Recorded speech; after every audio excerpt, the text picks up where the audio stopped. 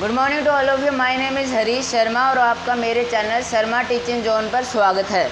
तो आज हम इकोनॉमी क्लास 12 के चैप्टर 4 एग्रीगेट डिमांड और एग्रीगेट सप्लाई के बारे में, जो उसके मेन नोट्स हैं उसके बारे में डिस्कस करने जा रहे हैं। ठीक है, तो एग्रीगेट डिमांड और एग्रीगेट सप्लाई। एग्रीगेट डिमांड को हम एडी शॉर्ट फॉर्म में एडी और एग्रीगेट सप्लाई को हम एएस के रूप में भी दिखा सकते हैं। ठीक है, तो हमारे पास इसके मतलब एग्रीगेट डिमांड हम उसे कहते हैं क्योंकि हमें first of all aggregate demand करना है। तो पहले एग्रीगेट डिमांड ये पढ़ेंगे हम। तो एग्रीगेट डिमांड हम उसे कहते हैं जो एक साल के अंदर अंदर हमने परचेज़ किया गुड्स और सर्विस को, उसको कंज्यूम करने के लिए हमने परचेज़ किया है एक साल के अंदर अंदर with in an accounting year. तो उसका जो सम टोटल है उसको हम एग्रीगेट डिमांड कहेंगे। तो इसको हम डेफिनेशन दे देते हैं। It is sum total of expenditure plan to occur, मतलब प्लान करके, ये मेन है, plan to occur purchase goods and services with in an accounting year।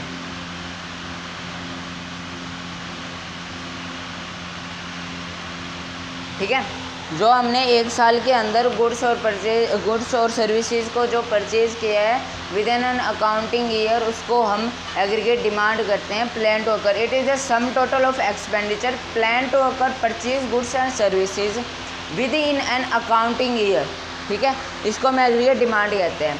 तो एग्रीगेट डिमांड का एक फॉर्मूला होता है, aggregate demand is equal to C plus I. इसमें सी जो हमारे पास है उसको हम कंजम्पशन कहेंगे और जो आई है उसको हम इन्वेस्ट कहेंगे, इन्वेस्टमेंट कहेंगे। ठीक है, ठीक है, तो हमने कंज्यूम किया है और जो इन्वेस्ट किया है एक साल के अंदर, जो इन दोनों को हमने कंज्यूम और इन्वेस्ट किया है उसको हम एग्रीगेट डिमांड कहते हैं। ठीक है, तो ये हमारे पास एग्रीगेट डिमांड होगा। तो इसको हमें एक डायग्राम के थ्रू इसको मतलब शो करते हैं। तो उस डायग्राम के थ्रू हम इसको सॉल्व करेंगे। तो मैं एक बार यहाँ से इरेज कर देता हूँ इसको। आई होप आपने इसको नोट कर लिया होगा या समझ लिया होगा।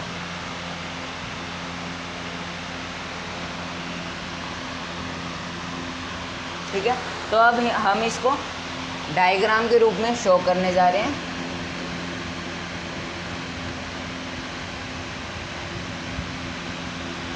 उससे पहले हम इसकी एक टेबल बना लेते हैं। आप कोई भी टेबल ले सकते हैं।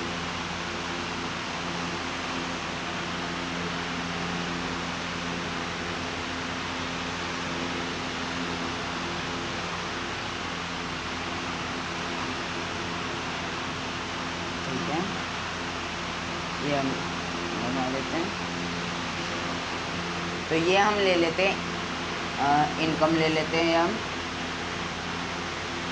ठीक है, और ये है एग्रीगेट डिमांड हमारा। ठीक है, तो इनकम हम ले लेते हैं, पहले हुई है 0, फिर ले लेते हैं हम 20, 40, 60, 80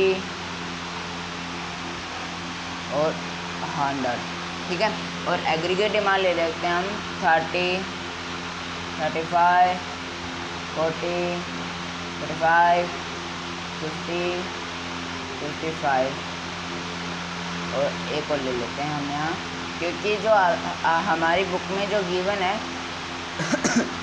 सॉरी वो 60 तक गिवन है। ठीक है, तो हम यहाँ लिख देते हैं 120 और यहाँ आ गया 60। तो चलो, ये हमारी बुक में दे रखा है। और एक और मेन बात, इनकम को हम वाई के रूप में भी डिनोट कर सकते हैं। ठीक है, इनकम को हम वाई के रूप में भी डिनोट कर सकते हैं। अगर कोई क्वेश्चन आ जाता है तो हम इनकम के बजाय शॉर्ट में वाई भी लिख सकते हैं। तो हमारे पास ये दे रखा है इनकम पहले जो फर्स्ट लेवल है, फर्स्ट, सेकंड, थर्ड, फोर्थ,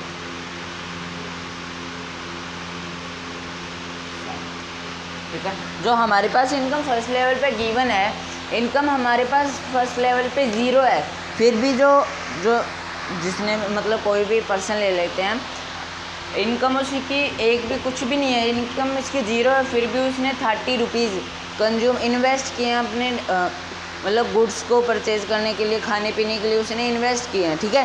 तो अब जो इसकी इनकम 0 है, फिर भी इसने 30 रुपीज़ किए हैं, मतलब इन्वेस्ट किए हैं खाने पीने के लिए, तो उसने क्या किया होगा? या तो उसने उधार पर लिया होगा, या फिर उसके पास कुछ सेविंग होगी, उस सेविंग में से उसने खाने पीने के लिए अपना खर्चा निकाला होगा। फिर सेकंड लेवल पे इनकम हो गई उसकी 20 इनकम हो गई है, और जो एग्रीगेट डिमांड है वो है 35, मतलब उसके 15 रुपये अभी भी उसने या तो क्रेडिट पर परचेज़ किए हैं या फिर उसने अपनी सेविंग में से निकालने हैं। ठीक है। और फिर ये थर्ड लेवल है, इस पे देखो उसने इनकम भी 40 की है, उसने कंज्यूम भी 40 किए हैं, तो उसकी सेविंग कुछ भी नहीं है। ठीक है। और फोर्थ लेवल पे इनकम तो है उसकी 60, इन्वेस्ट किए उसने 45, 15 रुपीज़ उसकी सेविंग है। फिफ्थ पे इनकम है 80, इन्वेस्ट किए 50, 30 रुपीज़ उसकी सेविंग है। ठीक है। ऐसे ही यहाँ पर 45 सेविंग है, ऐसे ही यहाँ पर 60 सेविंग है। तो अब हम इसको डायग्राम पे शो कैसे करेंगे? डायग्राम पे हम इसको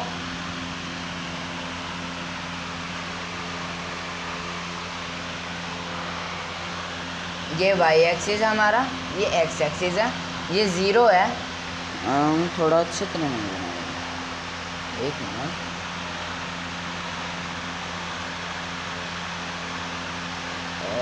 ठीक है। ठीक है। ये हमारी जो है ये 0 है यहाँ, तो हम यहाँ पर कोई भी रैंडम ले सकते हैं अपनी मर्ज़ी से। यहाँ पर हम ले लेते हैं, चलो ये 20 है, 40 है, 60 है, 80, 100,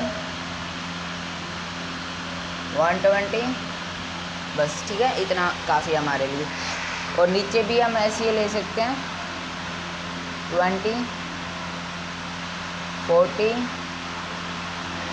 60, 80, 100, 120। ठीक है। तो हमारे पास ये गिवन है, तो हम अब इसको डायग्राम पे शो करेंगे। इनकम सॉरी हाँ, ठीक है। इनकम, ये हमारी इनकम है, इनकम की लाइन शो हो रही है। ठीक है। और अब हमको एग्रीगेट डिमांड इसको शो करना है। ये हमारी शोज की है, ये इनकम की लाइन है, ये शोज, ये ऐसे बनेगी। और एक बात आप ध्यान रखना, जो ये इनकम की लाइन बनेगी और जो इसके बीच में जो ये होगा, ये 45 डिग्री एंगल, ये हमेशा 45 डिग्री एंगल पर ही बना होगा। ठीक है। तो बाद में फिर अब हम करते हैं, इसमें हमारी जो एग्रीगेट डिमांड है वो 0 पे है 30, मतलब कि यहाँ अप्रोक्स 30 यहाँ हो गई। ठीक है। 0 पे 30, फिर आ जाते हैं 20 पे 35 देर का, ये 25 है, ये हम 45 हटा देते हैं एक बार। ये 20 पे हमारी है 35, मतलब अप्रोक्स यहाँ मिनिमम। फिर थोड़ी साइड में ले लेते हैं हम, हाँ ठीक है, यहाँ हो गई। फिर 40 पे इसकी 40 है, मतलब यहाँ से भी 40 और यहाँ से भी 40, मतलब आ चुका है हमारा यहाँ अप्रोक्स यहाँ। ठीक है। बाद में एग्रीगेट डिमांड 45 60 पे, एग्रीगेट डिमांड है वो 60 पे 45 है, ये 60 हो गई और ये 45, मतलब अप्रोक्स यहाँ। ठीक है। फिर अगला नेक्स्ट है 80 पे 50, मतलब कि ये 80 है और ये हो गया हमारा यहाँ 50। ठीक है। फिर यहाँ 100 पे 55, 100 पे हो गया हमारा 55 अप्रोक्स यहाँ। फिर है 120 पे 60, 120 पे 60 यहाँ हो गया। तो ये जो हमारे पास जो बन के निकल के आई है ये हमारी है AD = C+I, ये इसका फॉर्मूला है। और ये जो है ये AD है, ये इनकम है। मैं बाय मिस्टेक आपको बताना भूल गया था, इसके लिए मुझे माफ़ कर देना। ये है इनकम, ये है एग्रीगेट डिमांड। इसको मैं लिख देता हूँ एक बार, एग्रीगेट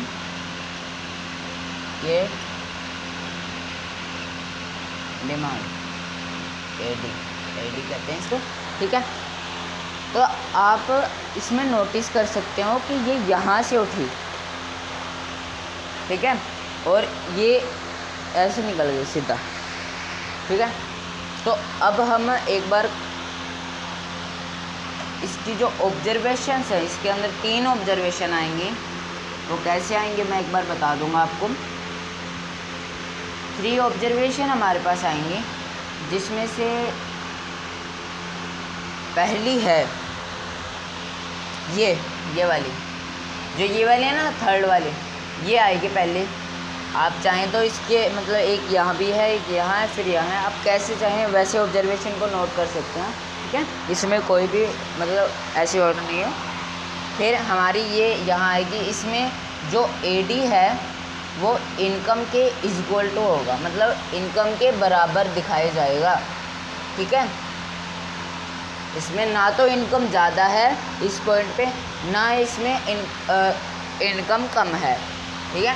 ये दोनों इनकम और एग्रीगेट डिमांड दोनों इंटरसेक्ट करते हैं। जो इंटरसेक्ट करते हैं उसका जो पॉइंट होता है उसको हम बोलते हैं ब्रेक इवन पॉइंट। ये इसको हम बोलते हैं ब्रेक इवन पॉइंट, ठीक है, ठीक है। अब इसमें पहली ऑब्जर्वेशन तो ये हो गई कि एग्रीगेट डिमांड है वो इनकम के इक्वल है या Y के इक्वल है, ठीक है। पहले ऑब्जर्वेशन तो हमारे पास ये आ गई। और दूसरी ऑब्जर्वेशन क्या है? दूसरी क्या है, जो यहाँ जो कंजम्पशन है वो ज़्यादा है, कंजम्पशन इसमें ज़्यादा है क्योंकि ये यहाँ से सीधा इंटरसेक्ट कर रहा है और ये यहाँ से जो कंजम्पशन है वो ज़्यादा है। मतलब कंजम्पशन की C की जो वैल्यू है, या फिर हम कह सकते हैं एग्रीगेट डिमांड है, वो तो है इंक्रीजिंग रेट पे, और जो ये है इनकम ये है डिक्रीजिंग रेट पे। इसके अंतर्गत हम बात करें, क्योंकि ये जो है ये ऊपर है ये नीचे है, ठीक है। तो इसके हिसाब से हम बात करें तो एग्रीगेट डिमांड तो ऊपर है और जो Y है, जो इनकम की लाइन है, वो डिक्रीजिंग में रेट पे है। जो ऑब्जर्वेशन यहाँ है, ये वाली सेकंड वाली ऑब्जर्वेशन, ये फर्स्ट ऑब्जर्वेशन, ये सेकंड ऑब्जर्वेशन। जो थर्ड ऑब्जर्वेशन है वो ब्रेक इवन पॉइंट के बाद है। ये ब्रेक इवन पॉइंट से पहले, बिफोर, पहले थी, ये ब्रेक इवन पॉइंट के बाद वाली है। तो ब्रेक इवन पॉइंट पे क्या है, ब्रेक इवन पॉइंट में जो इनकम की लाइन है वो तो ऊपर है और ये नीचे, मतलब इसकी जो ऑब्जर्वेशन आई वो इनकम तो है इंक्रीजिंग पे और जो एग्रीगेट डिमांड है वो डिक्रीजिंग पे। हमारे पास इनकम तो आ गई ये और ये इंक्रीज, और एग्रीगेट डिमांड है वो डिक्रीज हो रहा है। तो हमारे पास ये निकल के आया है कि जो एग्रीगेट डिमांड है वो एग्रीगेट डिमांड और इनकम है वो ब्रेक इवन पॉइंट से तो पीछे है, तो एग्रीगेट डिमांड इंक्रीजिंग रेट पे है। ब्रेक इवन के बाद है उसमें इनकम इंक्रीजिंग रेट पे है, ठीक है।